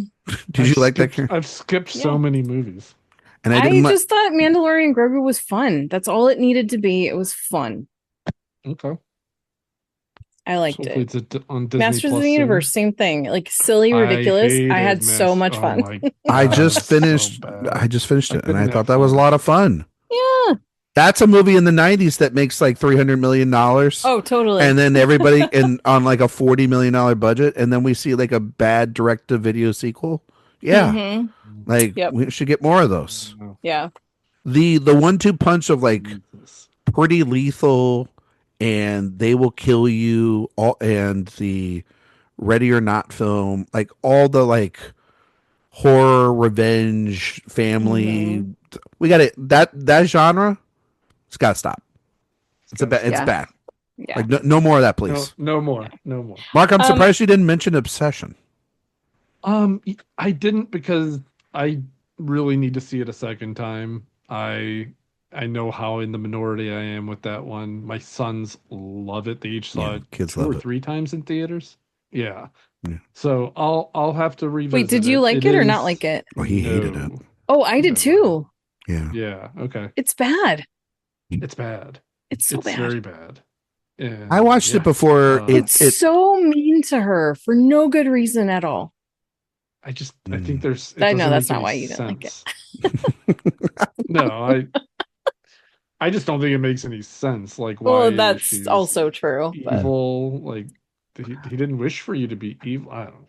I gotta tell Anyway. you, it's a movie that I saw at South by Southwest before it Oh, had the the okay. because it premiered in Toronto last year, and then they didn't have distribution, and then Focus bought it this year and debuted, and then had a screening there, and then it went to What'd you theaters. think of it? What'd you think of it there before the hype? Well, see, I liked it Okay. because I didn't know what to expect, and I thought it's just I don't know. I like horror that's very mean. And I get that it's very mean. And I wasn't like thrilled by it. I was horrified by the whole film.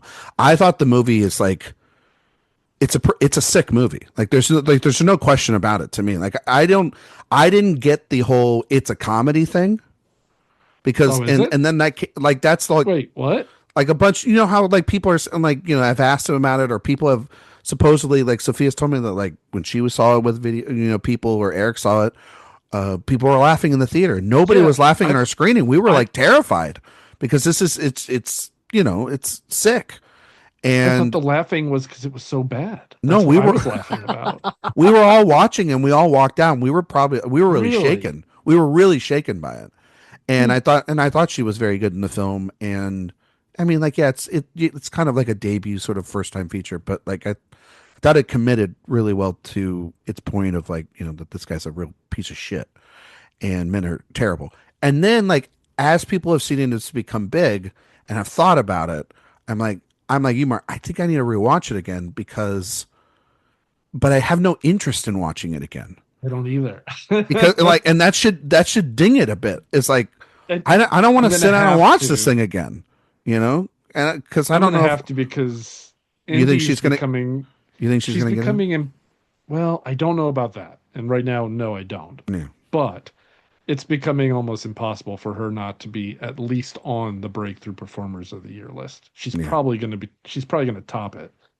Oh, I would I'm gonna probably assume that she is. Yeah, yeah, right now. yeah. I mean, she's the biggest new star from this year. So I'm gonna have to watch it again with that lens, but Not looking forward to it. Yeah. Hopefully I'm wrong. Hey, there have been many times. The best example I can tell you is when I first I might have watched been a movie. wrong, honestly. Yeah, I No, might have who been wrong. knows? The You see a first time movie I at saw a, the you see. movie- I mean, Karen, you know this. You see a movie at a festival. Oh, You yeah, mentioned many it with times. it with the invite. Frankenstein.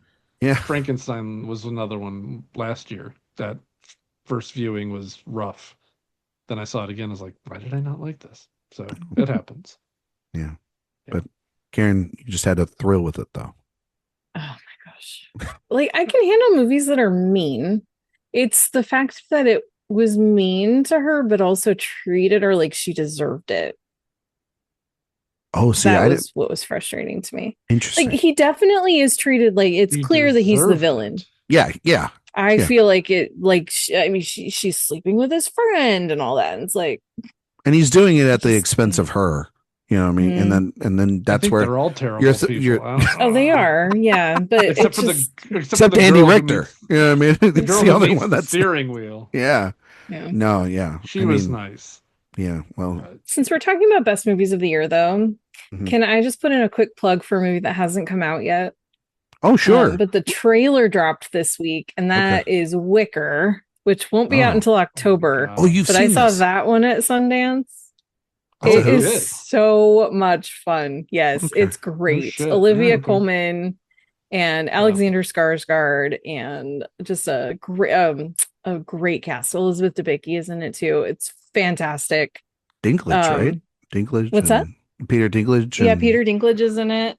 Mhm. Yeah, it's man, it's a very like the only like when I watched it when I was writing the review for it, the big word that came to mind was body. It's this very body, like naughty, really just like raucous movie that is also very deep and meaningful and really sweet. And I liked it a lot. So look for that when it comes out in October. Trailer looked good. Mm-hmm. All right, let's wrap it up here. I'm going to go around the horn. Karen, I'll start with you. What's your most anticipated film left this year? Oh no, I was not Yeah. prepared for that. I can go while you look. Yeah, if you Mark, want. go first. Mark? It's the one you guys hate, I think, apparently. But Dune 3 by a mile. Dune Messiah? Super excited. Okay. Yeah, or is that what we're calling it? Not Dune 3? Well, I mean, that's what the book is. I don't know. The Oh, Dune I Part don't know. 3. I don't Yeah. know. Dune, But Dune Trois. the third Yeah. the third Dune installment, I'm very excited for. You're a big Duner. I'm so dumb. I just remembered. I like I it. do have a definite most Okay. anticipated this year, and that is Werewolf. Werewolf. Ooh, Werewolf. yes. I know Yeah. people thought I would For say Digger, sure. but no, it's Robert Eggers. Yeah. Oh man, Digger's up He's there for me, and I'm not so Wow. great. Oh yeah, Digger too. But Yeah. my like if I just look at the year Wait, that's Karen, coming, Do you think the trailer for Digger looked good? yeah, I think it looks great. I do too. Okay. Very Doctor Strangelove-y vibes. that I Yes, yes. I It's like 2 hours and 40 minutes, supposedly. And I will be there for Let's- every minute of that. Here come the long titles. Here come the long like. movies. Not a fan of it. I gotta. There's. I mean, I'll be in New York to see it, so it won't be too much longer. It'll be 2 months till I see it. But Tony Gilroy's Behemoth. That's my number one most Yeah. anticipated film. I'm looking forward to that. There's I love Gilroy. There's so much coming. I've been on the Michael Clayton's a masterpiece Oh, stand since same. 07. I think even Yeah. Duplicity is a really fun film, and I love Andor, and so Gilroy give it all to me. It's that film looks great. The debut, The debut. for sure. Werewolf. Karen's right. Eggers is on a run. Let him keep cooking. The Yeah. movie looks good. Yeah, I mean Cliff Booth. You know, I'm looking forward to it. It's a David I'm Fincher hopeful. film. Listen, I I'm know. hopeful for everything until I see it. I'm hopeful. for Karen, I know you weren't a fan of Once Upon a Time in Hollywood. Nope. And everybody knows, if you listen back to those podcasts years ago, how much I liked that film and Karen didn't. But it's a new film from David Fincher, and I'm really excited for it nonetheless. And I do think hopefully, maybe Fincher can do what he did with The Social Network and sort of take Sorkin's tendencies that are bad and throw them away. Maybe you can do that a little bit with Tarantino, have an interesting thing, something to say with it. We also just know nothing about it outside of that Yeah, Super Bowl trailer, so that's kind of interesting. I'm also There's that Robert Pattinson film where he's playing Chris Hansen, Predator, Primetime. Primetime. Prime Um, time. Yeah, I don't know Primetime. why it's called prime time, but yeah. Um, that movie just sounds so interesting Yeah, for Pattinson, looks good. and he's just on a run. I mean, he's going to be in Dune 3. That movie will end his long year of just success. So yeah, those are some films to look forward to, along with a bunch of Many others, others. any Many others. others. So Karen, can you tell everybody where they can find you and all your work on the internet? Yes, you can find my written work at awardswatch.com, and you can find me online on Instagram, Letterboxd, and Blue Sky at Karen M. Peterson. Mark Johnson, same stuff. Yeah, same stuff at Mark Likes Movies, on X, Twitter, whatever you refer to it as, on a couple others, but I really don't do anything there. Find my writing at The Contending and at Awards Watch. You can find me on Twitter, Instagram, Letterboxd, Blue Sky at Ryan McQuade 77. You can find all my work here at awardswatch.com. If you like podcasts, we have the Director Watch podcast. We are in the middle of our Jane Campion movie series. This week we're talking about The Piano, which is a pretty great film. I can't wait to. No, Mark's saying no. No, no, No, no. not for me. No. Karen, yes, Power no. of the Yeah, I Dog. like it. Okay, there you go. One yes, one no, and we'll see how I like it. It's a pretty good movie, actually. I'm Well, not gonna. No, you've never I've seen seen it many times Oh, before. okay. I was I gonna love say, it. I was like, just what? teasing the audience, but Gotcha, too late. gotcha. They know I love it. We'll see how everybody else likes it on I'm the like, show. wait, what? Yeah. iTunes, Spotify, 5-star reviews are greatly appreciated. Go on the website, sign up for the newsletter. It's the best place to get all of our news, reviews, interviews, podcasts sent to you all in one place. Next week we'll be back with another Oscar retrospective. Heck yeah. Over the films of 1971. Should be a fun French connections. French Here. Connection, baby. Should be a fun episode. Can't wait for you all to That's listen to it. Clockwork Orange, I believe, is here as well. Yeah. Oh, yeah. Exactly. So we'll talk about it all next week and see who's keeping those Oscars. Until then, we will see you all next time.